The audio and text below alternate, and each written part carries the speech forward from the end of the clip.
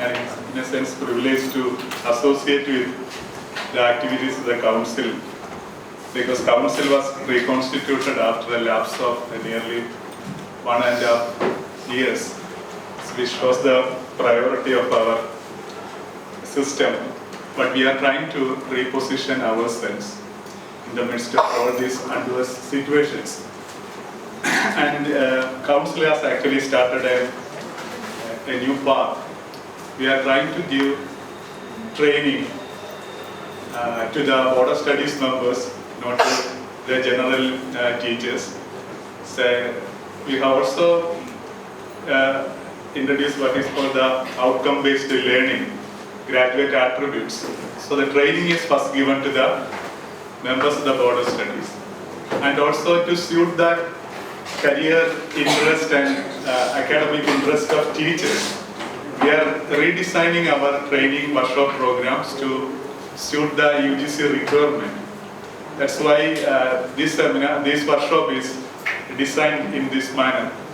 So we take into account the professional compulsions and academic needs of the time, and Council will be regularly organizing workshops of this sort, and I solicit the cooperation of all the academic fraternity, members of the academic community, to support the Council in these activities. Thank you.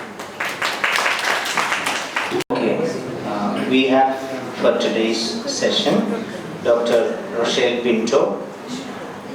Rochelle has her PhD from SOAS, that is School of Oriental and African Studies, London, and she has worked in a number of institutions across India. In fact, she was a faculty at CSCS Bangalore. She worked at Delhi University, and then she was also a research fellow at Nehru Memorial Museum and Library, Delhi, and is also a visiting fellow, CSDS Delhi. Now, she's going to speak to you about ethnography and the colonial novel. Over to Rochelle. I thank the Kerala State Higher Education Council for inviting me here, and it's a pleasure for me to be able to address you. And I can't think of any other occasion when I get a chance to meet so many of you from different parts of Kerala.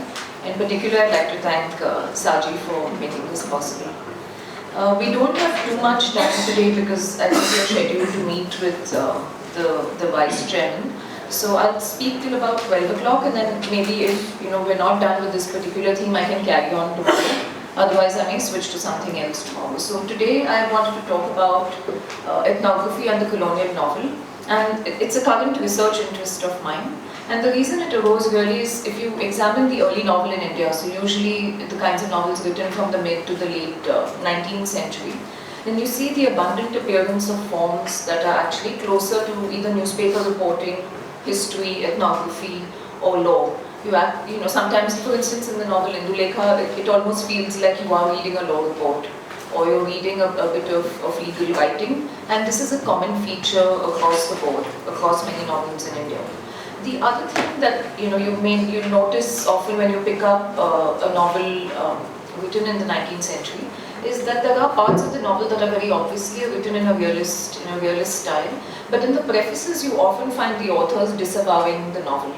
Right? So this is both in, I think, Indulekha as well that happens. Either he marks a distance from the English novel, right, or he says, I wasn't trying to do this kind of novel, I was trying to do another kind of novel. In Brahmanish, she says, this is, very obviously the title is Brahmins. It's written in Portuguese by a Goan in 1866. So the interesting thing is, again here he says, I've written a novel because it has a longer life than the newspaper, it's not going to be thrown out tomorrow. But he says, and he actually was an economist and an elected parliamentarian. Right? And he says, look, I'm in fact not suited to write the novel, my characters did what I didn't want them to do. And you'll find this kind of thing appearing over and over again in the prefaces to the early novels. So it raised questions for me about what is this relationship to these discourses. Right? When we keep seeing something that clearly reads like ethnographic description, in some cases you can't tell the difference if you pick up an ethnographic text of the 19th century, and those there are particular sections in the novel, it's not like that's the entire novel. Right? So what I'll be trying to deal with, I don't know if I'll be able to cover all of it, but in terms of the stages of what I'll be presenting, just so that there's some clarity, I'll be looking at how literary history has addressed this relationship of the novel to ethnography, or of the novel to any other kind of discourse that seems to enter it from the outside. Okay, I'll look at the relationship that anthropology has, but more specifically colonial ethnography, okay, as a sort of branch of anthropology with the novel. What relationship does it have to the novel? What are the ways in which the novel incorporates ethnography as a novelistic device? How does the novel form dodge or evade the ethnographic gaze even when it reproduces it? Okay, so I'm in a sense looking at the novel as also a kind of form that's struggling to take shape and that's struggling with other discourses that it incorporates. But the question, I think, as literary scholars is also to ask whether there is a formal question here. Okay, so apart from the historical question of this is where the novel is taking this, I think I was talking to some of you on the way here, and you were talking about how questions of land or particular land reform, those things keep appearing in the novel. So one thing that we always do as teachers is obviously to find out, what happened and what are the historical facts of something that appears in the novel. But I'm saying that the early novel poses a different kind of problem to us. It's almost as though it's partially composed of those other forms, as though it's made up of ethnography and made up of history. So I'm really saying, are there other kinds of formal questions that we need to ask about the 19th century novel? Okay. Can we historicize the relationship between ethnography and the colonial novel over the 19th century? So I'm also saying, does the relationship between these two remain the same from the beginning, or I think the earliest novel is actually in the mid-century, but does the relationship remain the same until the end of the 19th century? Okay, and what are the analyses of ethnography? So methodologically, how have critiques of ethnography as a discipline helped us analyze its presence in the novel? So I'm also saying that methodologically our tools both as literary historians and the tools of the ethnographers have changed over time, and in a way those new methodologies have also helped me pose and answer some of these questions. Okay, but I'll go through each of these in stages. I just wanted to give you an overall idea of the kind of questions that I'll be covering. Okay, you can also, I think, in the interest of just clarity, if you want me to stop at some point and go over something, we do have, I think, a time at the end, Saji had said, for questions. But if you think there's an issue in between and you want me to explain something, we can always stop and go over something again if it's not very clear. Okay, so there's this Latin American critic called Gonzalez Echevarria, who says that in former colonies we tend to use a philological or an anthropological method to look at literature. And when he says this, he says there's a tendency to assume that there's a sort of common entity called literature that develops from the beginning of time to the present. Right. Now, in a way, the encounter with colonialism forced us to question this. And I'm saying that because obviously, as you know, colonial officials had certain criteria for why they would reject certain parts of Indian literature. Either it was obscene, or it was, you're familiar with Macaulay's statements on Indian literature, why it's not good enough, etc. So in a way, positioned as a colony, we are already familiar with the idea that there is no necessary continuity. There have already been points when it's been challenged from the outside, right? But Echevarria is also raising a methodological point, right? So he's saying that while there are certain forms, so for instance, if I take something like Sanskrit poetics, it's not like it doesn't have discontinuities, but there is a certain formal continuity that I can talk about. And he says it's an utter mistake to imagine that we can do this with the novel. Okay, but he says a philological approach to colonial literature. Philological approach, you're always looking for the origin, and you assume that when we're talking about literature, we're talking about a standard set of texts. Or you're assuming that something called the literary is the same no matter what point in time it comes up and no matter where it arises. Okay, and this is something that he's questioning. So even though we're not saying there's an absolute difference between a play and a novel, Echevarria and I think other theorists of the novel are saying that the novel doesn't have a kind of prior tradition in the way that perhaps a grammar. Right, so a form like the grammar has a long tradition in this country, for instance. So even the play has a long tradition in this country, but the novel does not.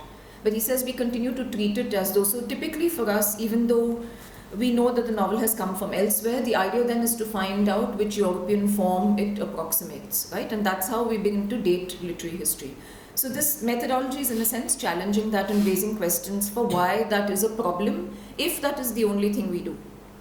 Okay, so I'll come back to that later. But so when literary history encounters the early novel in India, the tendency is to see it as a borrowed form and an adapted form, right? And you have various early critics like Sujit Mukherjee or Meenakshi Mukherjee who pointed to how there were problems with some of the conventions of the novel, right? So I'm sure you're familiar with some of this, where they said, well, questions like the romance or even ideas of individualism or the relationship of the heroine to the family, all of those relationships are not there here. And that's why you will constantly have a dissonance between the novel as it's imported and the novel as it appears here. Okay. So the tendency then has been to see the novel as something that we mastered a little later, as though we were using the 19th century to try out the novel, and then in the 20th century we mastered the novel, and then Amitav Ghosh began to win awards, etc. Okay, so that's actually what Echeverria is talking about when he says we tend to have a philological model, as though this is something that has been developing, and therefore when we see the early novel containing all these other kinds of discourses, we tend to see it as a flawed novel. Okay, now that is actually an earlier point in literary history, and since the 80s in India, different kinds of questions have been asked, right, where people have been looking for the conditions for the appearance of literary forms. Okay, so the question being posed is, what is the kind of public discourse, for instance, that shaped colonial education? Why is it that we're studying these particular texts, etc.? Okay, so these are the kinds of questions that began to arise in the field of post-colonial studies. Now, I thought one interesting observation that was made in the 90s would point to how literature in colonial India was a kind of subset of knowledge. Okay, so literature was positioned in a certain way, and it was launched as a terrain of social history, lawmaking, etc., from within a conception of colonial utility. And I just put this down because it's a kind of complicated quote. Okay, so this is Kumkum Sangari, who says, the specialized meaning of literature as creative emerges as a polarization between imagination and colonial utility. What is she pointing to here? She's also pointing to a European history, right, of looking at literature as something that's managing a binary between imagination and utilitarian writing. And she says literature in the colony is in a sense emerging through a polarization between imagination and colonial utility. So it's not even the usual binary.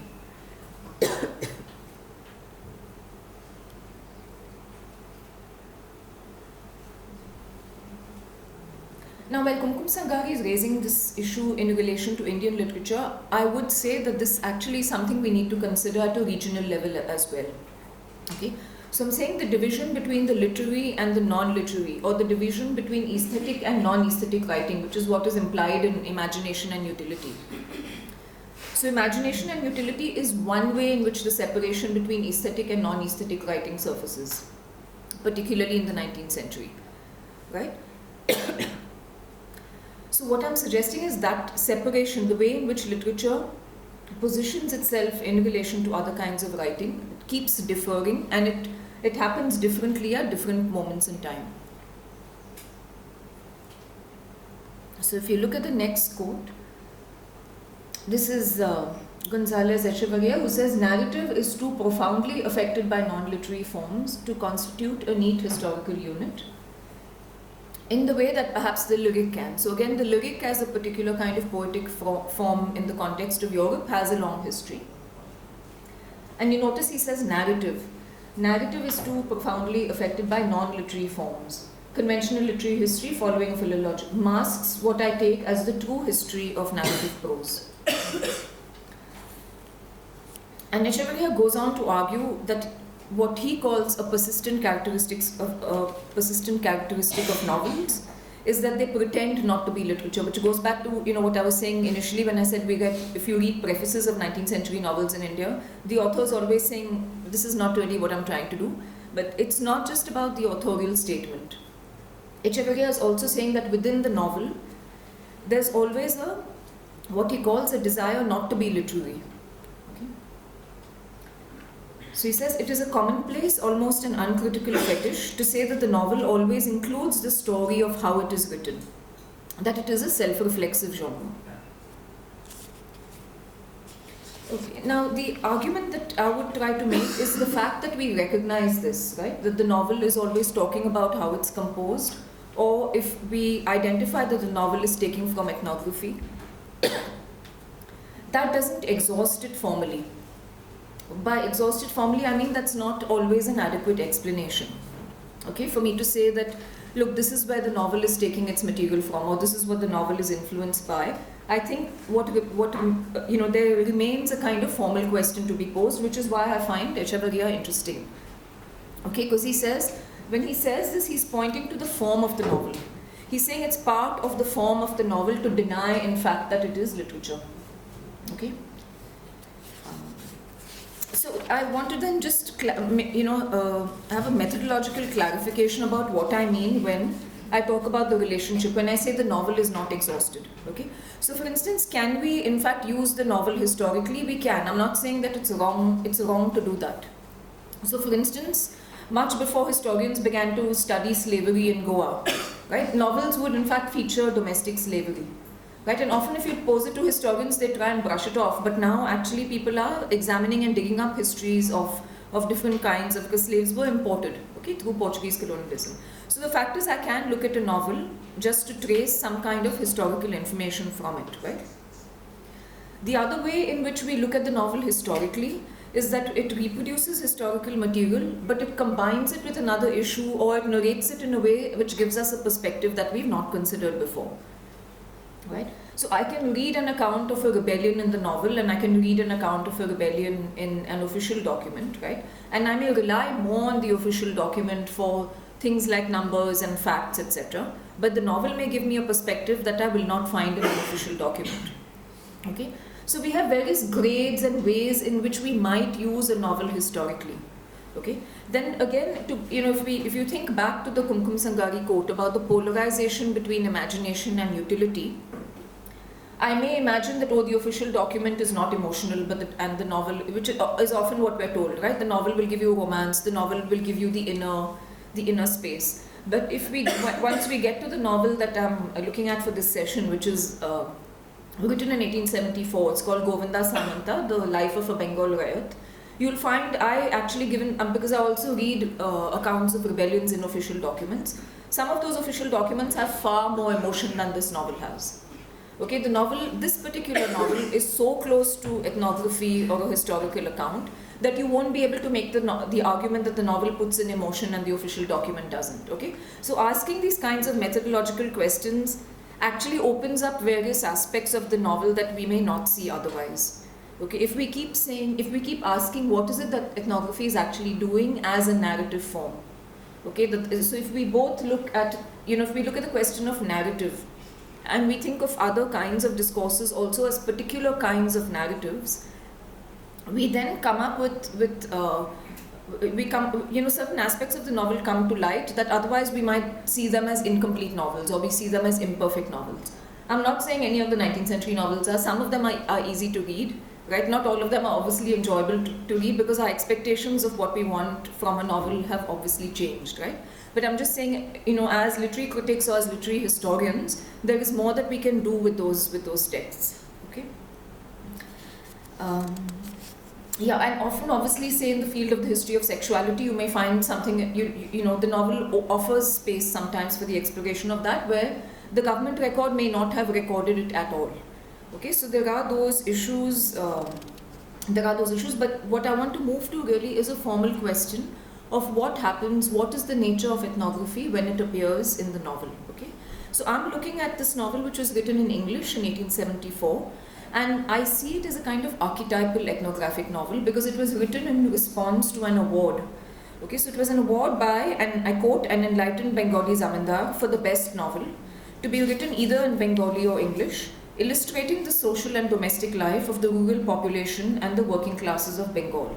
Okay, so you can't get a closer connection between ethnography and history and the novel. This is, in a sense, a novel that's already determined. It's determined from before, right? What it is supposed to do. Now, just as an instance of what I mean by the appearance of ethnography in the novel, there's a description of the village midwife, okay, whom Govinda Samanta is supposed to be the hero of the novel, and his uncle sets off on the night of his birth to fetch the midwife, okay, and here. So Rupa's mother, who was of the Bagri, so he's just going, and this is the description of the midwife. Appeared to be a woman of between 40 and 50 years of age, of rather below the average height of Bengali women, and had a slender figure. Indeed, her limbs seemed to be as thin and shriveled as the dry stalks of the lotus. I've reproduced the spelling, the original. For some reason or other, she had very few teeth in her head, and those few at a great distance from one another, in consequence of which she spoke like a woman 80 years old. Okay.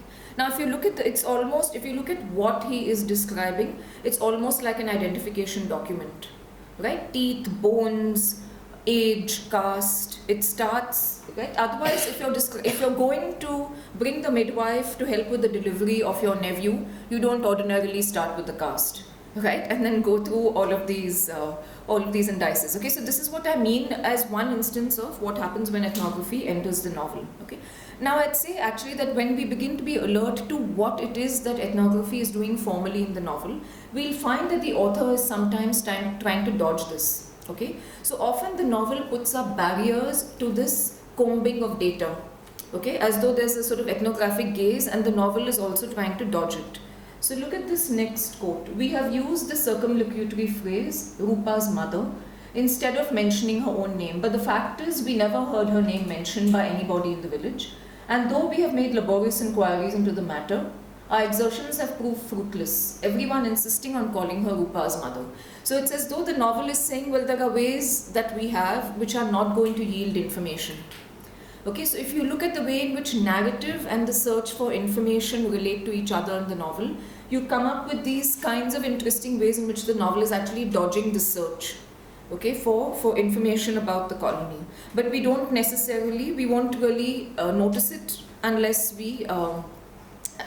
we're posing these questions.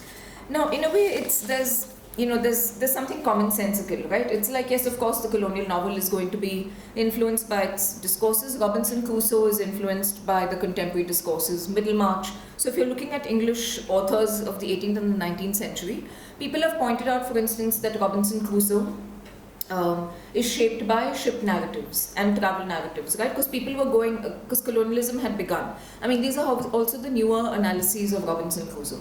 Or if you read George Eliot's Middlemarch, it's very obviously affected by aesthetic theory of the time. It's affected by discourses of science, right? So in a sense, what is it that we're looking for that's not about the obvious question of what influences are there on the novel, okay? And I'd say that even in the case of Europe, this question of influence has been dealt with at the level of narrative analysis, okay? What do I mean by that? You have various studies which have pointed to how the realist novel is very, very, in terms of its structure, okay, in terms of questions of plot and causality, it's very affected by questions of evidence collection, okay? It's affected by ideas about human reason. It's framed actually by logic. Okay, what do I mean by that? Quite simply, the idea that there has to be a cause and effect for human action, etc. All of these things have emerged over time and they have been shaped, but we're not talking about, in a way, an external appearance of something as an influence on the novel. We are talking about how novelistic narrative is framed by questions of evidence, causality, logic. Okay, so it's in a sense asking the question at the level of the syntax, or I don't know if it's asking that question at the level of, in a way, the grammar of the novel. Okay, what is it that comprises narrative? And the understanding is that Robinson Crusoe, for instance, is shaped by a different logic than, say, Middlemarch. Okay, why is it that the characters in Middlemarch do what they do and think what they think? It's not just about saying, well, the novel is influenced by other things, but the way in which the novel actually weaves together these various elements is dependent on questions of logic and evidence. Okay? Okay, so now in the colonial context, if we take this kind of analysis, right, where people have traced the appearance of reason and logic in the European context, I think the question for colonial literature is to ask what kind of discursive conjunction happens. Okay, so what is it that appears at the same time? How do discourses come together, and what authority do different discourses have that allow for the appearance of this kind of novel? So I'm saying essentially that while there is a way in which we can plot a certain continuity between novels, including European novels and Indian novels. So I'm not saying there's something absolutely unique about the colonial novel. I can see that there are patterns of realism or naturalism or European romanticism in the Indian novel, right? And I can see the Indian novel might be referencing the novel that went before it, or might be referencing Jane Austen. But I'm saying apart from that, the question often to be asked at different points in time is what constitutes the literary? And sometimes what constitutes the literary in Malayalam is different from what constitutes the literary in Konkani. Okay, because the kinds of discourses, for instance, that impinge on the novel, that the novel in a sense feels most acutely in the context of colonial Kerala are quite different, not quite different, but there are differences in the case of colonial Goa. So in a way you come up with a richer analysis of the novel if you ask this question, how does the literary take shape in relationship to other discourses that are pressing upon it? Okay, so we're literally looking at aesthetic practice or literary practice also as a political practice. Okay, and by political practice I don't mean about the author's intention to be political. I'm just saying it takes the way in which it assumes its place is also in relation to other things that are happening at the time. Okay, and the reason we talk about discourse is we're talking about how narrative takes shape. Okay, how do different kinds of narrative forms assume authority at a particular point in time? So again, just to use an example, you have when Echeverria talks about the Latin American context, he says the Latin American novel in the 16th century is actually framed by the discourse of law, because that discourse was the most significant in at that point in time in colonial history. Okay, it's when new laws being introduced, you're replacing Indian law by Spanish law most of the time, or Portuguese law. Right? He says in the 19th century, a lot of the novels actually use Latin America as though it's an object of scientific study, because that's the point in time when scientific discourse is actually paramount. Okay, so you have all these expeditions going off from Spain and Portugal into Brazil and other parts of Latin America, looking for flora and fauna. So natural history becomes a kind of symbolic, it becomes a symbolic discourse that affects all kinds of writing. Okay, and interestingly, for us, he says anthropology is something that we see in the 20th century novel in Latin America. Okay, so even the relationship between ethnography and the novel is not the same from one colony to another. Okay, and that's what I mean when I say what kind of conjunction is there between a literary discourse and the other discourses. Okay, so in Latin America, this close association that between anthropology and literature is something that he poses for the 20th century. For us, I would say it's the mid to late 19th. Okay, and that's because we're looking at the way things are coming together, not as though not as though the literary is the same in different places, and all we're looking for are particular or minor variations. Okay, I don't know if that's clear, but I think when I get into the particulars of the novel, that'll be clear. So one of the things that's been said about anthropology is that it's a way for Western culture to actually identify itself. Okay, so in a way it's that the Western self struggles to shed its own identity, and it does that through the encounter with the other. Okay, so at a philosophical level, the anthropological inquiry was in fact an inquiry into the self and into the other, and looking at that relationship. Right? The modern Latin American novel, though Echeverria was saying, in fact uses history to counter anthropology. Okay, so when he says the 20th century Latin American novel is framed by anthropology, he's actually pointing to novels like Marquez.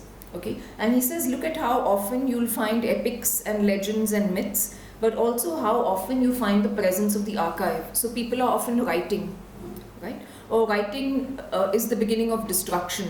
He says, in fact, what they do is they keep inserting these images of history to keep making the epics and the myths unfamiliar. So it's as though anthropology gives you these epics and myths about yourself, and you use the images of writing to distance it. So there's a sense in which when you're reading these legends, right, of Macondo, in any of these novels, which they have a familiar pattern to us. What Echeverria is saying is, in fact, they are narrated, but in a way that is necessarily distanced from you. So you don't see it, you don't ever read it as a realistic account of Latin American society. You always read it as an ironical account, right? So even when people will say, well, there are things that you can historically plot in Marquez's novels, right? He's referring to this rebellion, or he's referring to this dictator. Because that novel is written in that form, you don't take it in a sense as a literal account. You don't read it as a realist, right? And Echeverria is saying that in a sense that is a political decision. It's using anthropology, but to distance that particular narrative about Latin American society. Okay, so that's what I mean by, he is accounting for the appearance of anthropology, but he's trying to trace what it is doing in the novel. Okay. One of the if we think about the actual tools of ethnography, right? So if you think about the earlier quote about enumerating, you're looking at people's teeth and their age and their caste, etc. Arjun Appadurai, says that it's not as though this wasn't done in England and Europe. Okay, so we can also say, I'm just throwing up possible questions to this methodology. So one possible question would be, are we saying that European societies didn't enumerate themselves? Why are we particularly influenced by ethnography? Right? And Appadurai says that when England did carry this out, but he says generally it was restricted to fiscal and military activities. So this huge investment in the 19th century is obviously a global investment that all governments make. It's a statistical investment. You're coming up with indices which is giving you a different vision of society, right? But he says it's in the colonies, these numbers speak for to give you an entire explanation for a society. In Europe, you're using it to give you a very particular kind of policy decisions, okay? So he says that's one reason why ethnography has this overwhelming kind of authority in the colony. And the other thing that he says is, you come up then with enumerated and exoticized categories for the colonial population, and he says that actually begins to define the way that we politically identify ourselves, okay? So that's something, that we're obviously familiar with through a lot of the recent history, right? That the administrative categories that people came up with through the census eventually became the categories through which you were represented. Okay, so you set up you set up a kind of you set up a category as a heuristic category, right? Tentatively, and then in fact that begins to embody what you are. Okay, so in a way, that's not that doesn't happen in Europe, but it happens on a sweeping scale. Okay, when it comes to the colony.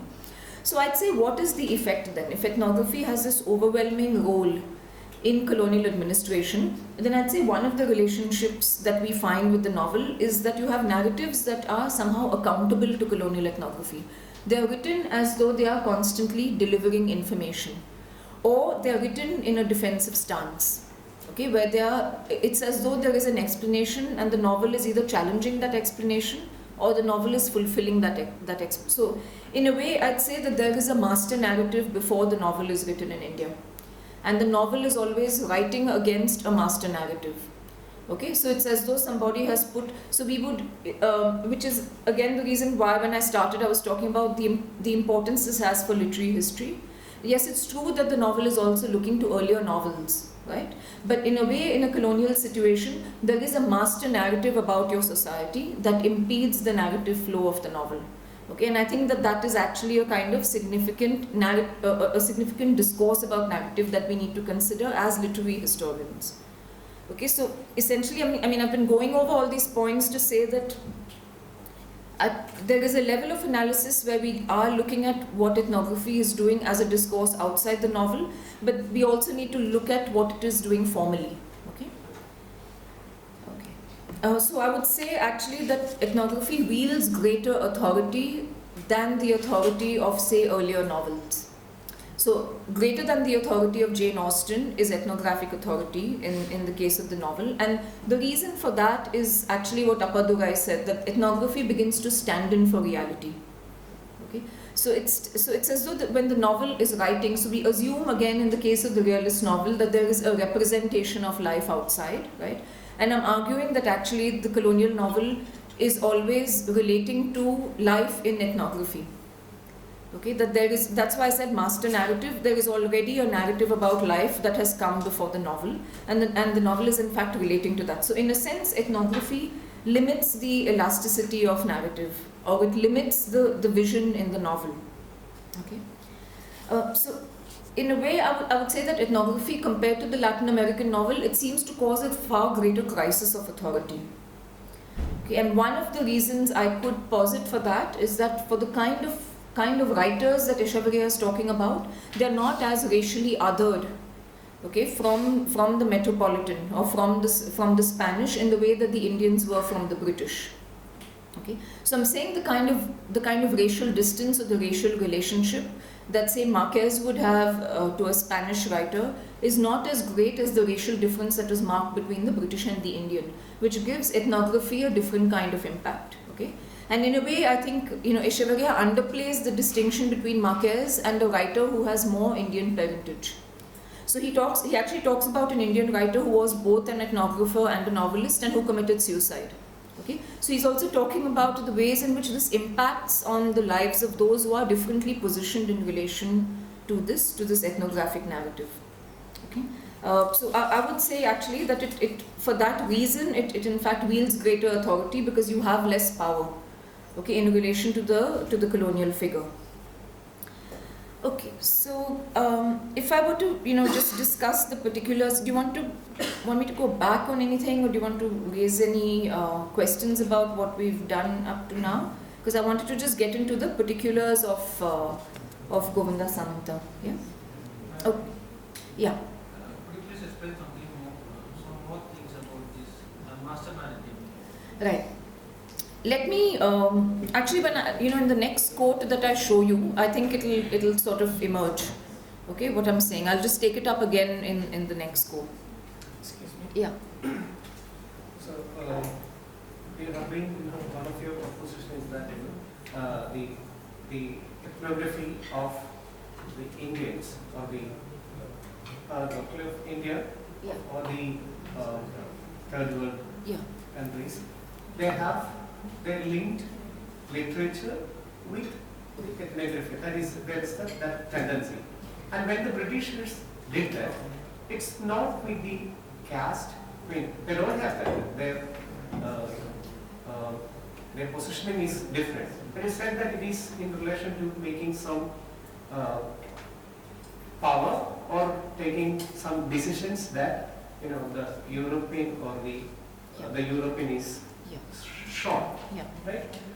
And don't you think that when we relate ethnography with literature, especially with novel, it happens everywhere, right? Because if you read, for example, the Robinson Crusoe, which you have referred, Yeah.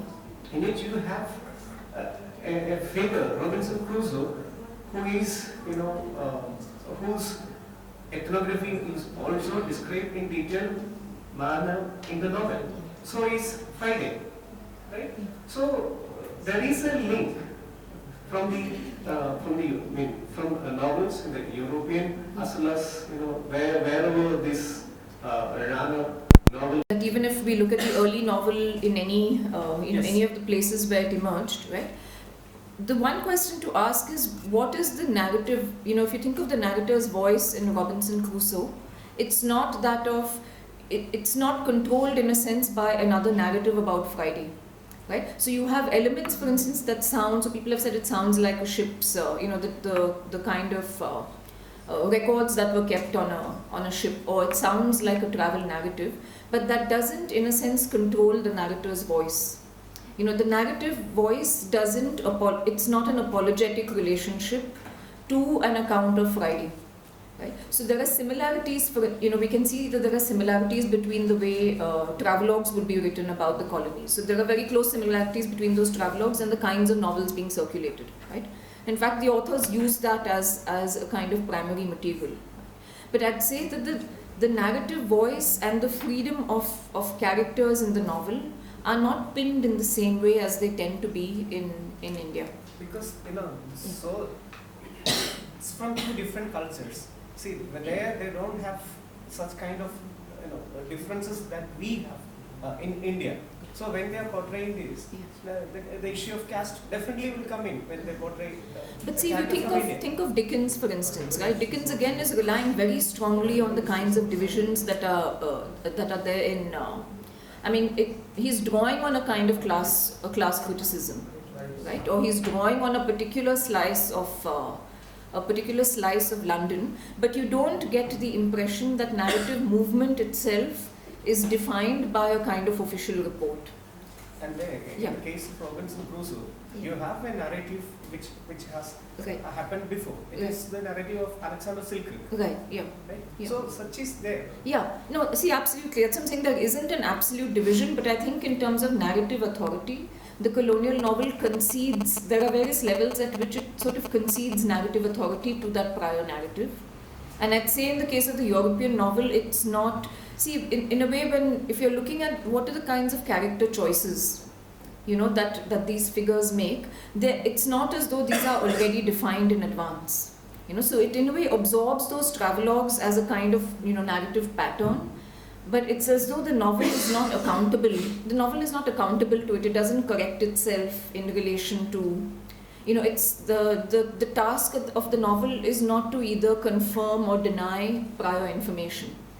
It's as though it is taking in that discourse, but it doesn't exercise, that discourse doesn't exist in a relationship of authority to the novel. I think that's the primary kind of difference I'm trying to draw. That when you look at the novel in India, it's as though ethnography has an authority, right? Whereas in England, science is an authoritative discourse, but it's not as though the novel becomes answerable to it.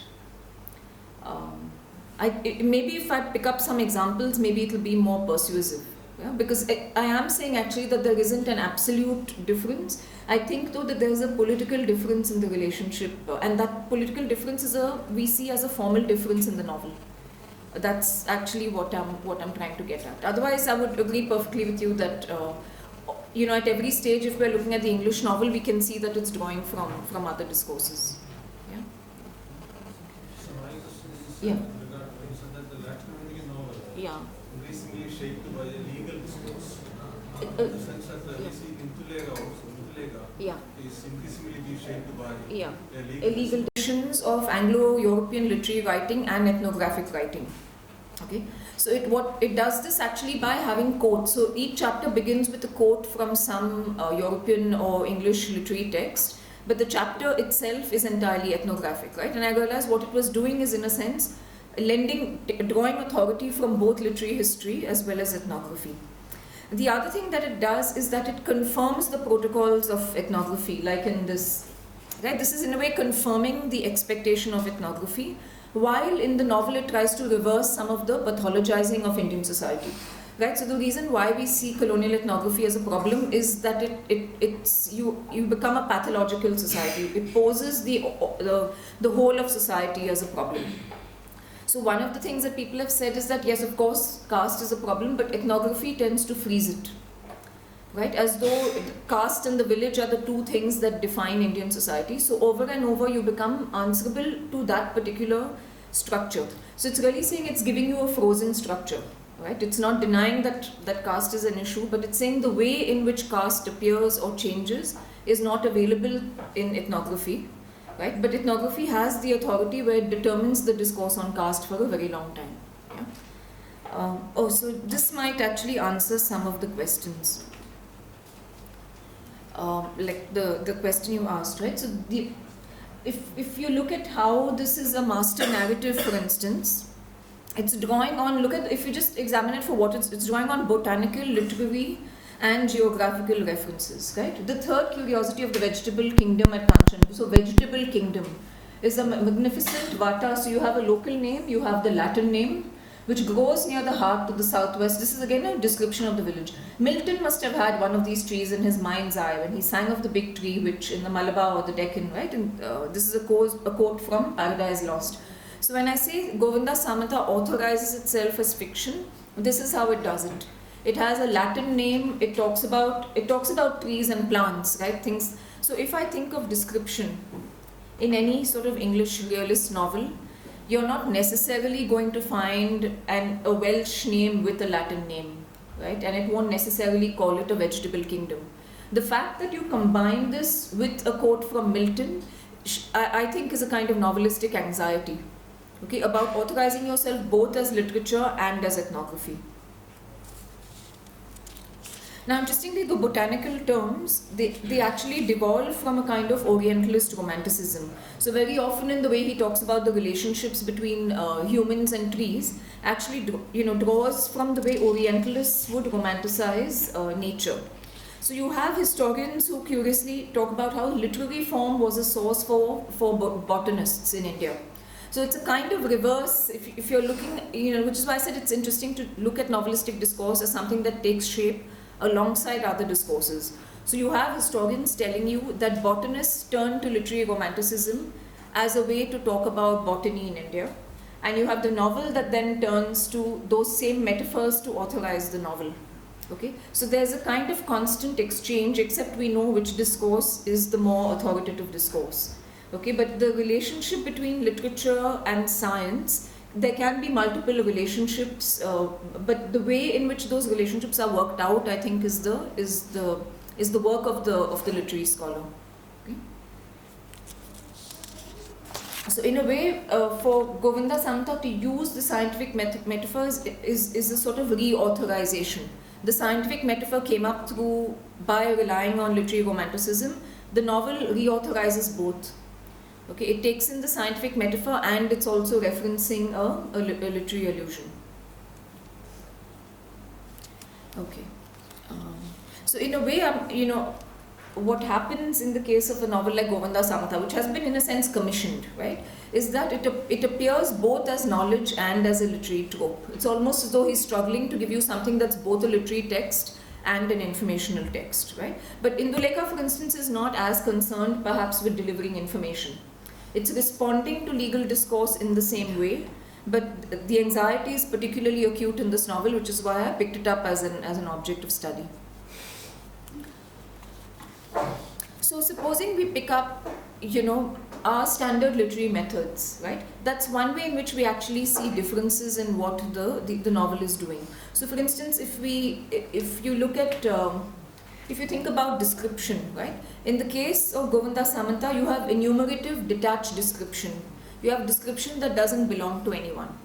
It doesn't shape anyone's decision. There is no, you can't pin it to any particular character.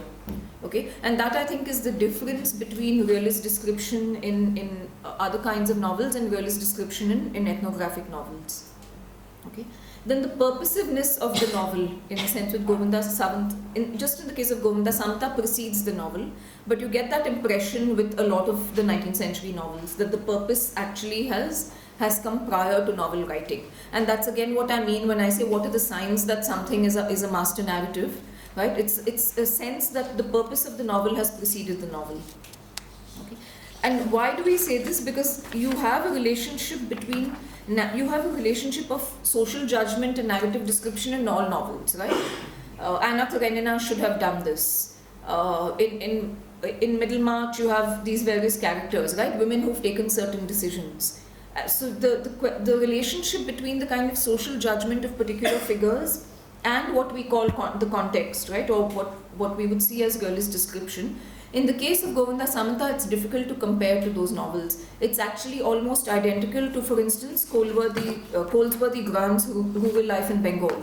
So if you pick up Rural Life in Bengal, which was an ethnographic text written prior to this novel, that text is also written with a narrative voice. Okay, that's why I think it's quite a challenge to ask a formal question of the novel. There, the kind of social judgments that the author has are very similar to the ones that you have in Govinda Samanta, which is again why I'm saying, I think the ethnographic narrative limits the ethnographic novel. Okay. The other thing that emerges, I think, in the novel at this time, and in a way it's in a sense obedient to ethnography, is that it gives you the urban, educated, upper caste Indian as a sort of vanguard. So what emerges through this novel is that the voice of authority for India ends up being the urban upper caste educated figure. Okay, so right through, if you think about whose perspective is being privileged as the one you can rely on. So I'm obviously here talking about something like the omniscient narrator, right? So if I ask, who's the omniscient narrator of this novel. When I'm looking at it through ethnography, I realize actually that what's happening is that particular class and caste are being given a certain an authorial privilege. Now, interestingly, simultaneously, the Hindu peasant proprietor becomes the symbol of indigenous autonomous culture. Okay, so if you're thinking of the folk, or you're thinking of where does cultural authenticity lie, it's not necessarily with the upper caste educated Indian. The urban upper caste educated Indian will tell you the story. Okay, he or she will be the narrator, but cultural authenticity lies with the peasant. Okay, so that in a sense becomes your indigenous autonomous culture. Now, ordinarily, if we are to read this, we would see it as the Indianizing of the novel, right? But I'm suggesting in a way that it's also responding to a question of narrative authority. You're writing in a situation when the native account is always questioned. You might be false, you might be lying. If you think of all the ways in which Orientalism talks about the things that are told to them, right? The natives are deceitful. Whenever you have that encounter when information is being elicited, you often use words, you often encounter descriptions about people being sly or cunning or concealing information, right? So it's as though in response to that, the novel is coming up with an authoritative figure, which is the urban educated, that's just the voice of the narrative, right? Authenticity is going to lie. So people have brought this up in relation to another book written by Lal Bihari Dey, which is the Folktales of Bengal in 1883. Now, you know that in terms of the history of folklore even in the case of Europe was seen as a culture in its infancy, right? So all the more so for India, it's almost like various other aspects of life, not just folklore. It's as though India embodies the infancy of Europe, right? Which is also why I think ethnography has this kind of authority. Now, interestingly, people have pointed out that in relation to today's folktales of Bengal, these were folktales that he actually collected from a Christian nanny, right? But the Christian nanny is not, in a sense, an authentic enough figure. So often he would act as though, in the novel, for instance, he has a rural person who narrates, or a rural grandmother who in fact is a repository of all these folk tales. Okay, so even the source of what is an authentic narrative is actually being identified, okay, through ethnographic authority. So you have this critic Ranjit Sengupta who actually talks about the shift from the time of Max Muller. Okay, so when I said can we also historicize how ethnography affects the novel, he says Max Muller relied on Sanskrit texts, right? He was the sort of armchair researcher. Right? The colonial administrator, he says, the words he uses are a murky, ill-defined swarm of balladists and rural bards. Okay, became the source of texts. Okay, this is later on. Sorry. So, when Ranjit Singh Gupta talks about this, right, how the source for folk tales has actually changed from Sanskrit texts to actually having to deal with people. He says the source of folk tales are often wandering bards or balladists, people who don't have a fixed place and who don't have a fixed position in society. So they're moving from place to place, which for the colonial official is always highly suspicious. Okay, but in a way it tells us about the cross-disciplinary location for cultural production. Okay, and by the cross-disciplinary location, I mean, if we look at who these people are, you'll find that a lot of the people writing folktales or collecting folktales are also administrators. Okay, so administrators, linguists, they're also collectors, they're magistrates. Okay, so this idea of the writer is also something that we have to rethink when we think about the context. So Lal Bihari Dey himself was a pastor. Okay, he was a Christian pastor. He was, I think, the first in his family to be converted to Christianity. He's a pastor, he was a teacher, he wrote the Folktales of Bengal and he wrote this novel. Okay, so there's a way in which I think we need to align these professions together, or rather see them in continuity.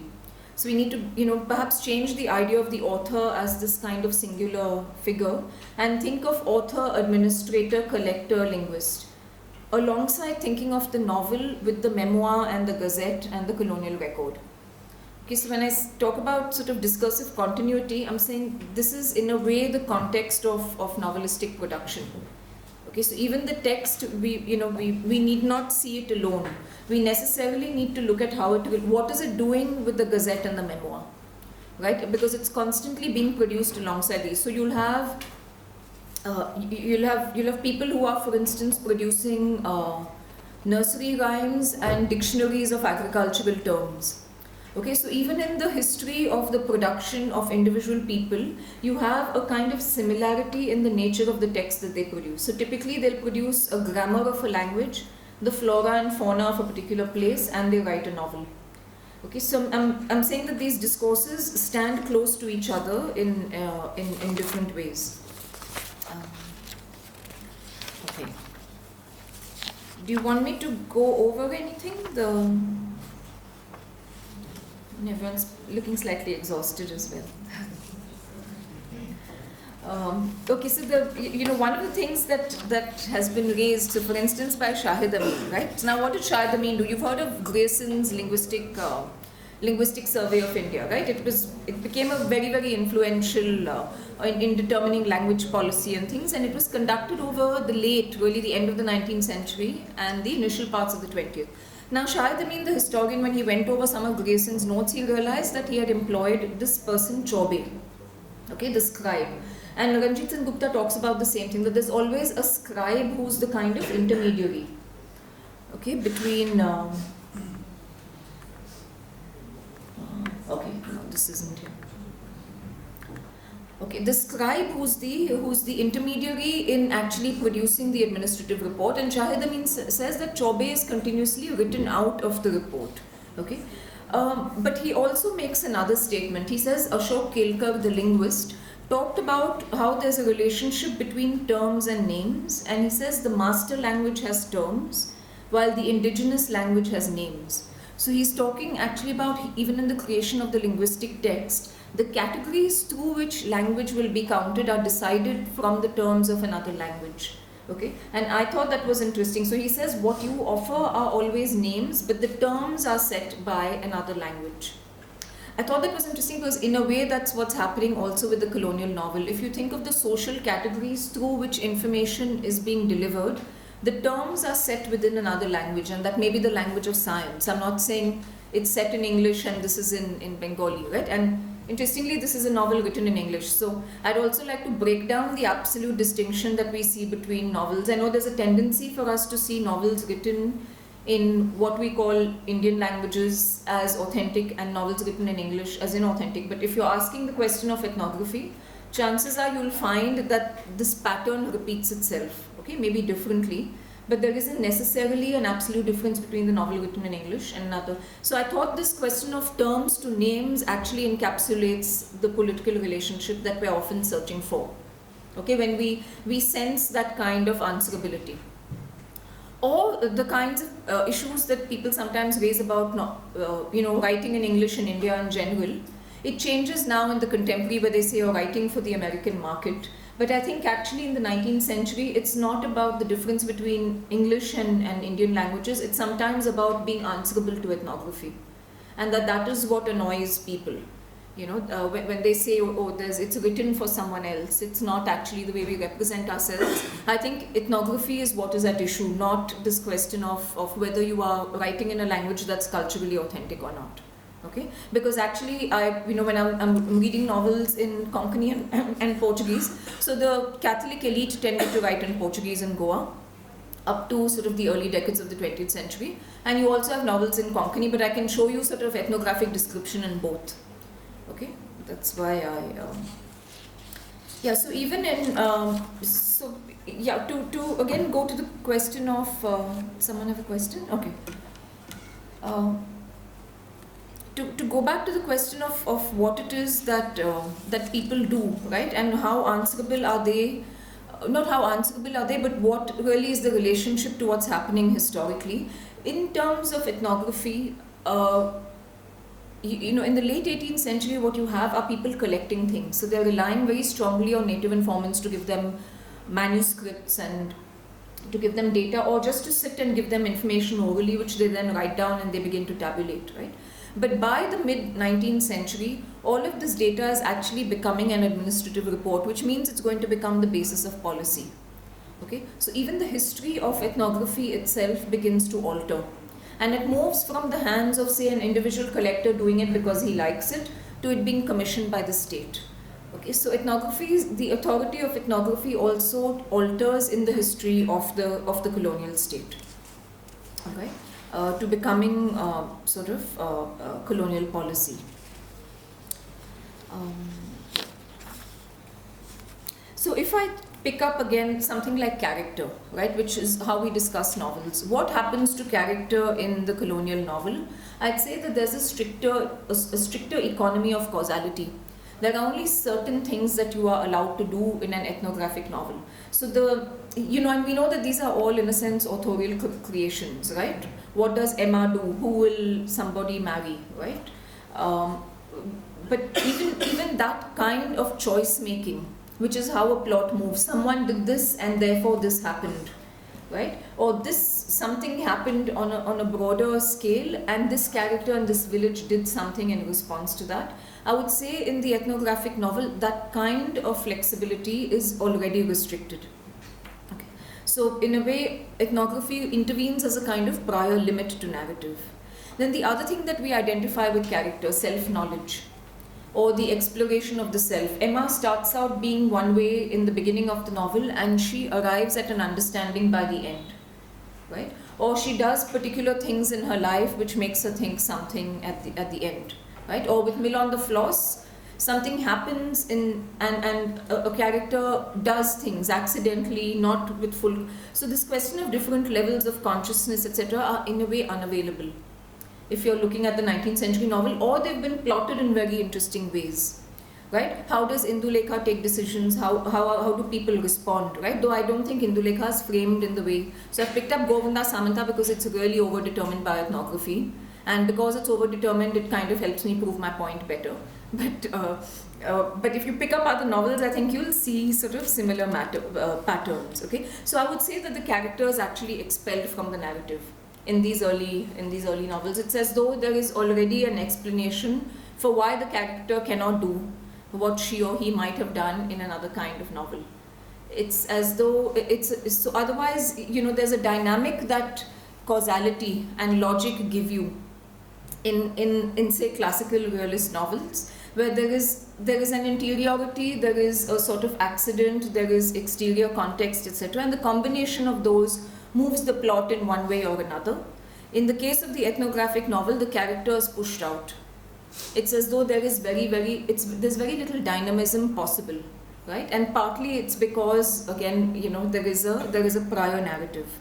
So therefore, I would say narrative movement in Govinda Samanta is actually horizontal. It's constantly moving between prior texts, right? It's actually constantly justifying itself. It moves between science and literature to keep bringing in aesthetic templates for what it's doing. So in a way, I would say the novel slides between one authorized representational regime to another. So even when it's using literature, it's not using literary dynamism, or it's not using the possibilities of narrative. It uses literature as a way to authorize itself. Okay, and I think this then leads to tautologies in the novel when it's talking about social life in India. So look at this. I think I hear my English reader exclaim, "What a fool of a writer this novelist is."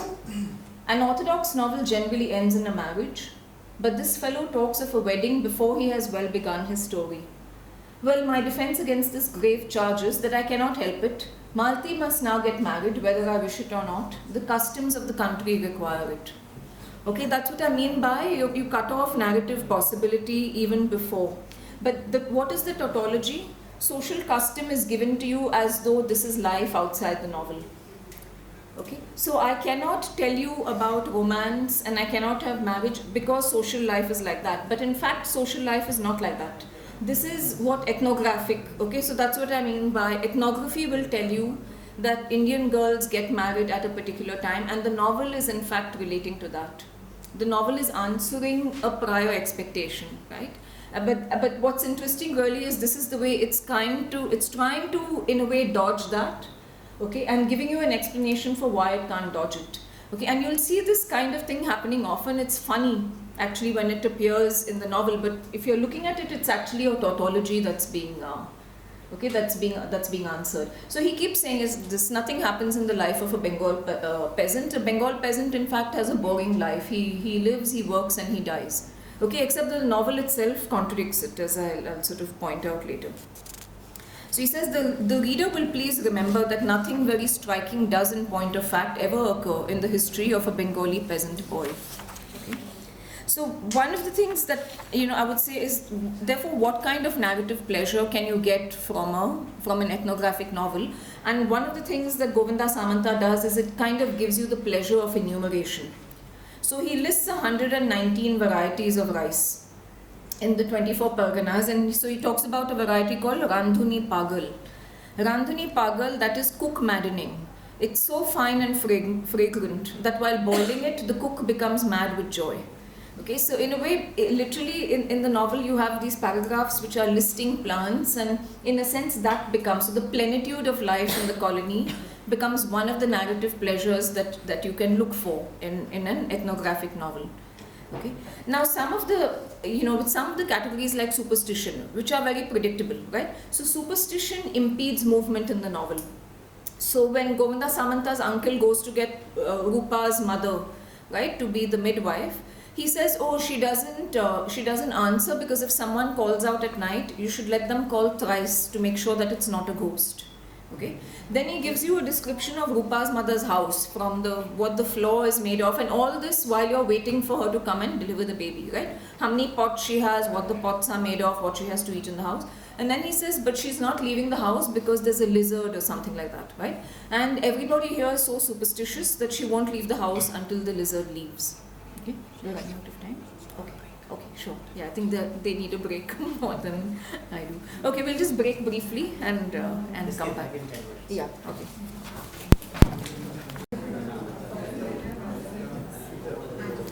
Okay, so one of the things I'd noticed in Govinda Samanta was frequently there's a criticism of superstition, because it's as though the novelist feels compelled to denounce the things that colonial officials denounced, which is the hold that superstition has, particularly over the peasant, right? So the idea of the rural peasant who's riddled with superstition. So I was talking about how superstition impedes movement, right? If we're even looking at how does the narrative progress? One, I was talking about character, that choice making seems to be very limited, that the elasticity of the narrative is also limited. And the other is, with superstition again, you have a kind of prior, your action and belief there's already a prior code for it. Right? So you have superstition intervening either to make crucial and wrong decisions in people's lives right through the novel, or at a very immediate level, it stops someone from leaving the house at a particular time. Right? At another level, I found that superstition also became a way to actually endow the peasant with a kind of ritual status. So I find through the novel, the fact that the peasant, so you'll have various instances where the peasant is criticized for spending a lot of money on ritual. Right? People have expensive marriages, the funeral rites in fact impoverish the family.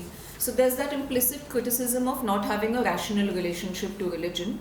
At another level though, it actually gives the peasant a certain kind of caste status, okay, through the novel, and distinguishes the peasant from other kinds of groups in the rural context. So superstition works to determine plot and character in different ways. Now, if we think about how temporality is affected by ethnography, I would say that in the colonial novel, the present is closed off. It's as though, and partly it's in statements like this, as though the author cannot help it. I cannot help it, I cannot determine the pace of my own novel. I cannot help it, I've put the wedding at the beginning instead of the end. Okay? So it's as though the narrator keeps arriving at something. I cannot make the midwife leave the house quickly to attend to the birth of the baby because she has to stop for the lizard. Okay, so it's, in a sense, you can see the temporal structure and the way that you would analyze any novel if you were to look at it and look at what role ethnography has to play, you'll find that it closes off the present, and sometimes the narrative voice participates in that, in almost apologetically closing off the present and saying that nothing is possible. Why is nothing possible? Because ethnography has already given you a classification. So you already have a pattern about how your society is going to behave, right? So the novel is in a way either negotiating with that or obeying it or participating in it. Okay. Now, like I was saying, the movement is in fact horizontal. It's as though the only thing the novel can do is accumulate detail. So where another novel might progress into things happening, and where the primary motor is about movement, in the ethnographic novel, it's a horizontal movement where, you keep accumulating detail around various aspects. And that's why I was saying one of the pleasures of the ethnographic novel is a sort of enumerative pleasure. The pleasure in seeing things listed. You'll always have lots of lists in the ethnographic novel. Okay. Now there are occasions when even Govinda Samanta attempts a counter-ethnography. Okay, so every now and then it will actually challenge things that colonial ethnography says. So at one level it talks about how Indian peasants are the cleanest peasants in the world. So he'll talk about how they bathe and say the English peasant doesn't bathe that often. Alright. So every now and then, while obeying what seems to be the narrative commands of colonial ethnography, it tries to depathologize Indian society by inserting these very small these sort of very small interjections here and there. Now, at one level you can say, well, that is also determined by colonial ethnography, right? If through the novel I'm going to contest it and say, I'm not like this, peasants aren't like that, I'm still framed by the logic of colonial ethnography, okay? But there are instances, I think, when the novel finds its own way to actually overturn it. And one of the ways in which it gives us an alternate conception of rural society and how rural hierarchies work is when it talks about peasant mispronunciations of English words. So, as the Rayats of Bengal find it difficult to pronounce English names aright, they generally lengthen and widen them agreeably to the genius of their mother tongue and make them correspond to some Bengali names or sounds. Campbell is turned into Kambal, a blanket. Mr. Murray, the planter, was called Mari, which in Bengali means either flogging or the plague. And truly, when we consider the relation in which Mr. Murray stood to hundreds of the peasantry in the neighboring villages, we think he merited the cognomen. Okay. Now, this I thought is not just overturning, it's not just, say, reversing or challenging or negating colonial ethnography. It is in fact overturning its influence, right? You're taking mispronunciation and you're giving me a different meaning system behind it. It's a way of actually revealing the structure of peasant thought through what seems to be an error, through what seems to be an incomplete mastery of the English language, right? And these are the ways I think you find that the colonial novel tries to dodge the authority of ethnography. It's not always a direct challenge to say the peasant is clean. It's often in these little interstices where, so like saying, I'm trying to find out Rupa's mother's name because that's what an ethnographer does, but the people will only call her Rupa's mother. Because in a sense you have honorifics, right? For people, there are various situations where we don't use the first person's name. So it's a way of saying you can't find out, right? Or over here, it's a way of saying I have created my own kind of meaning system out of your name. Okay, which I thought was one of the points when the novel challenges ethnography. Now, surprisingly, for a novel that keeps on saying nothing happens in the life of a Bengal Rayat, this is all they do, the end of the novel is actually quite violent. Okay? And the violence, you find that the narrator is not necessarily critical of peasant violence. So it's almost as though, now he's writing at a time, 1874, he's writing at a time of intense peasant conflict in Bengal. So every time we think about what relationship the novel has to reality, we know that there are ethnography is one reality. Ethnography in which the peasant does nothing, in which the peasant is spoken for. The other is the fact of 19th century colonial India, where you have almost constant peasant rebellions occurring. Okay, so so he has a statement: were Bengal peasants like Irish courtiers, orange men, ribbon men, and the rest, zamindari oppression would be impossible.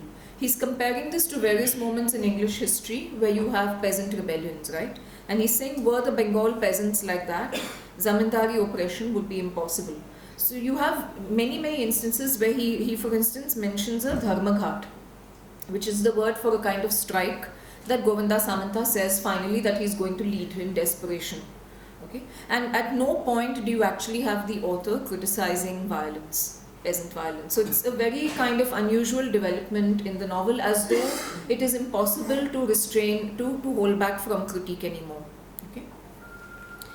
Now the interesting thing is, the narrator delimits the possibilities of Dharmaghat from inception by reproducing racial epithets to suggest that docility is innate to the Bengali peasant. So if you know the way in which colonial ethnography also racially divided different parts of India, they would often say that the Bengalis are effete. The Bengalis are effete and weak, the Sikhs are militaristic, etc. Right? That's also the way in which we arrived at the stereotypes about each other. So in a way, he limits the Dharmaghat by saying the Bengalis are too docile. If the Bengali peasant were not so docile, then like the English peasant, the zamindar would have had a very hard time.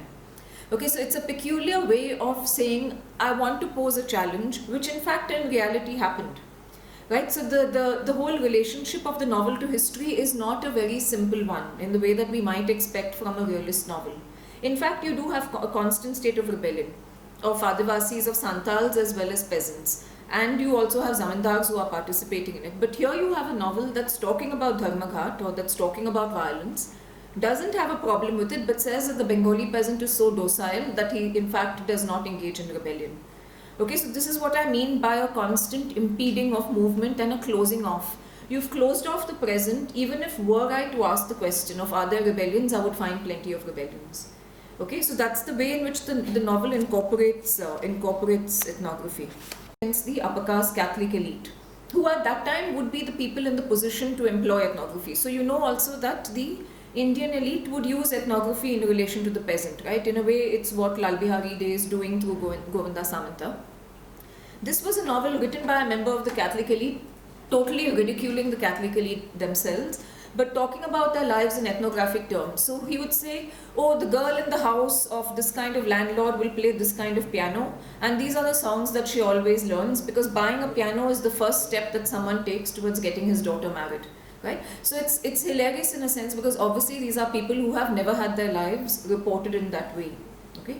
The other novel that I came across is, I don't know how to pronounce it, it's 3 Acres and a Third by Fakir Mohan Senapati. I read it in translation, but that's another novel which is a satire on legal discourse actually.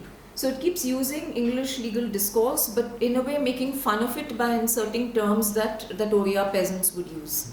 Okay. Now what I find about, if I ask myself, why does the satire escape this problem? That it doesn't seem to be answerable in this way, even when it does reference ethnography. So Jacob Edulce is using ethnography, but to mock the in a way indigenous elite, right? But a powerful section of indigenous society.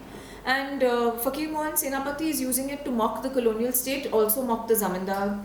He's also critical of caste society, right? What is it that allows satire this freedom? And I think what allows satire this freedom is that, at least in the 19th century, the authorial voice never rests with any position of authority. So the critique keeps shifting, but there is no center that you can find.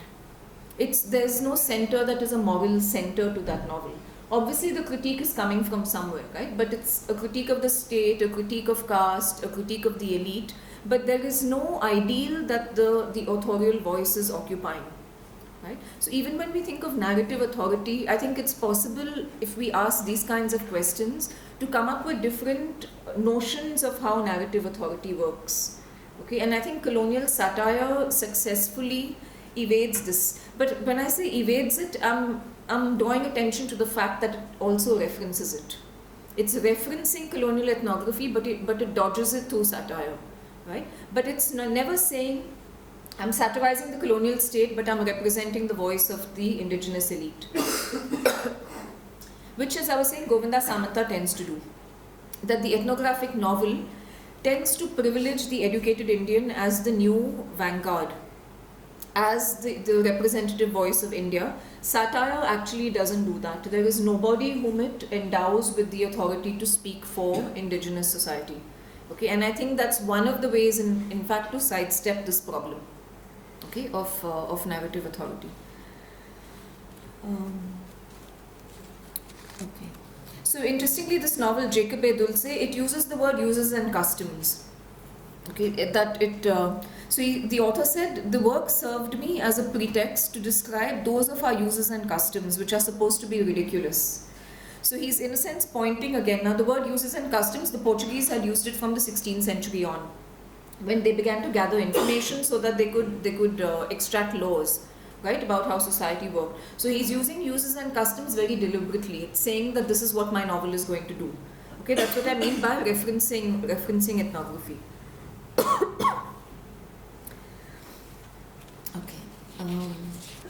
So again, 3 Acres and a Third, which was written in 1897, it gives you sometimes the same categories of social organization that the Gazette would offer.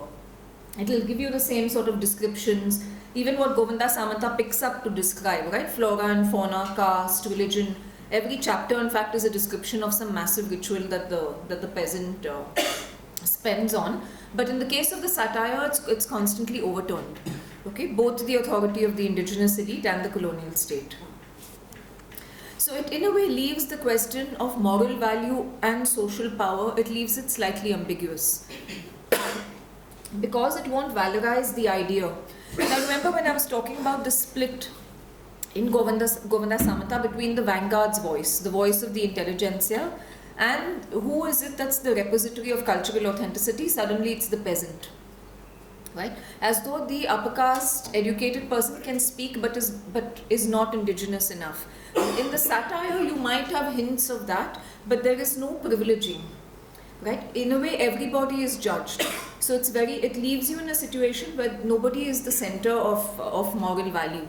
Right? Which then allows you to escape all these other issues.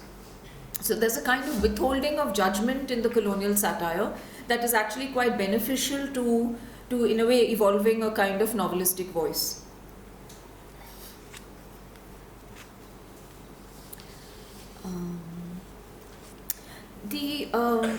One other question I wanted to raise was this issue of actually, and maybe I should sort of end with that, is this question of can we historicize stages of ethnography?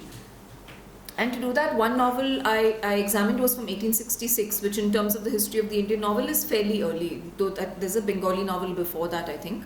It's called The Brahmins. I had an image of the cover in the first slide. Now 1866 is quite an early point in time to reference this. Right? If we think about it, it's before practices of enumeration had become policy. So you have studies that are being written, but they haven't yet gained the acceptance of the colonial state. Okay, now Arjun Appadurai has distinguished between two moments of colonial ethnography. One is what he calls the empiricist and disciplinary moments of colonial numerology. So in the first instance, he says you're counting, right? You're coming up with censuses, you're coming up with tables and things. And the other half, you're using measurement and quantification to actually frame human identity. And this we know in the case of the caste census. That something that began as a kind of abstract category becomes a descriptive category.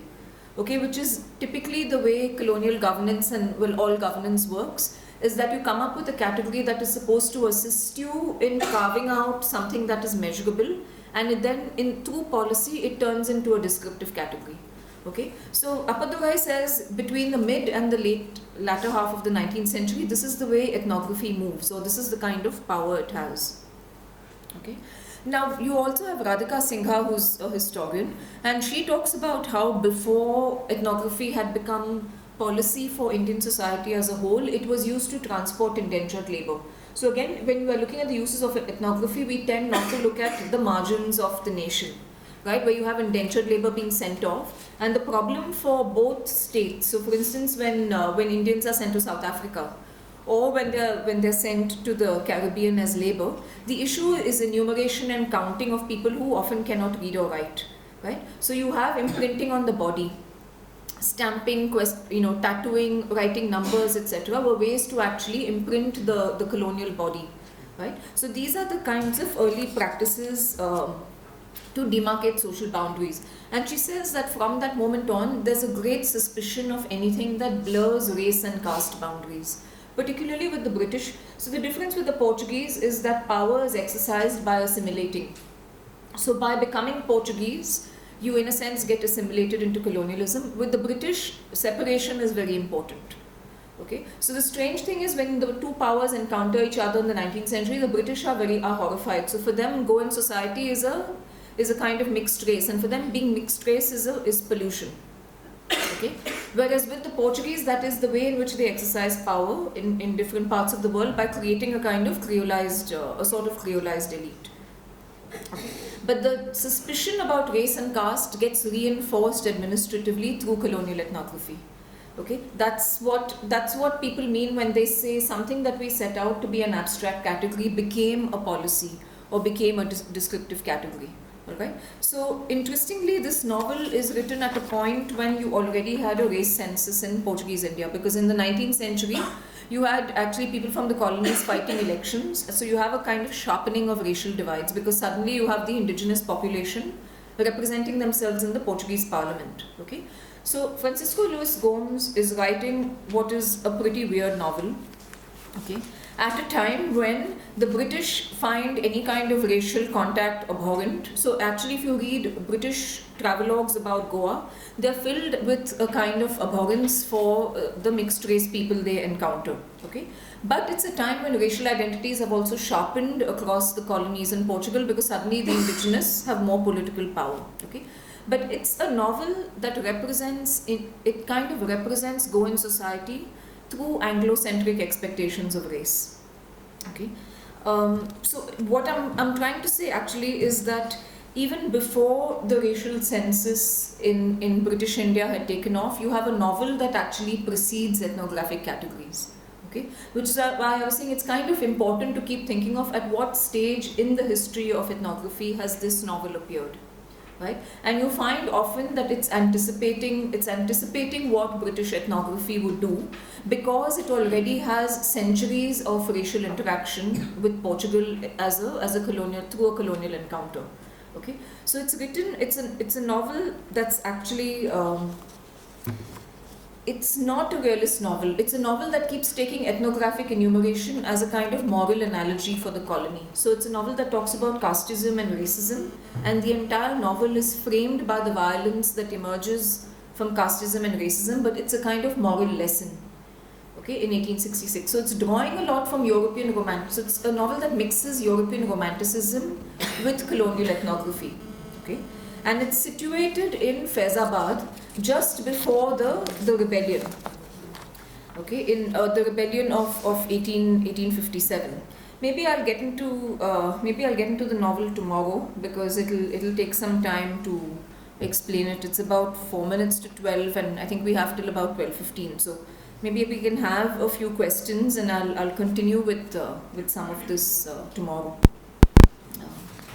Okay.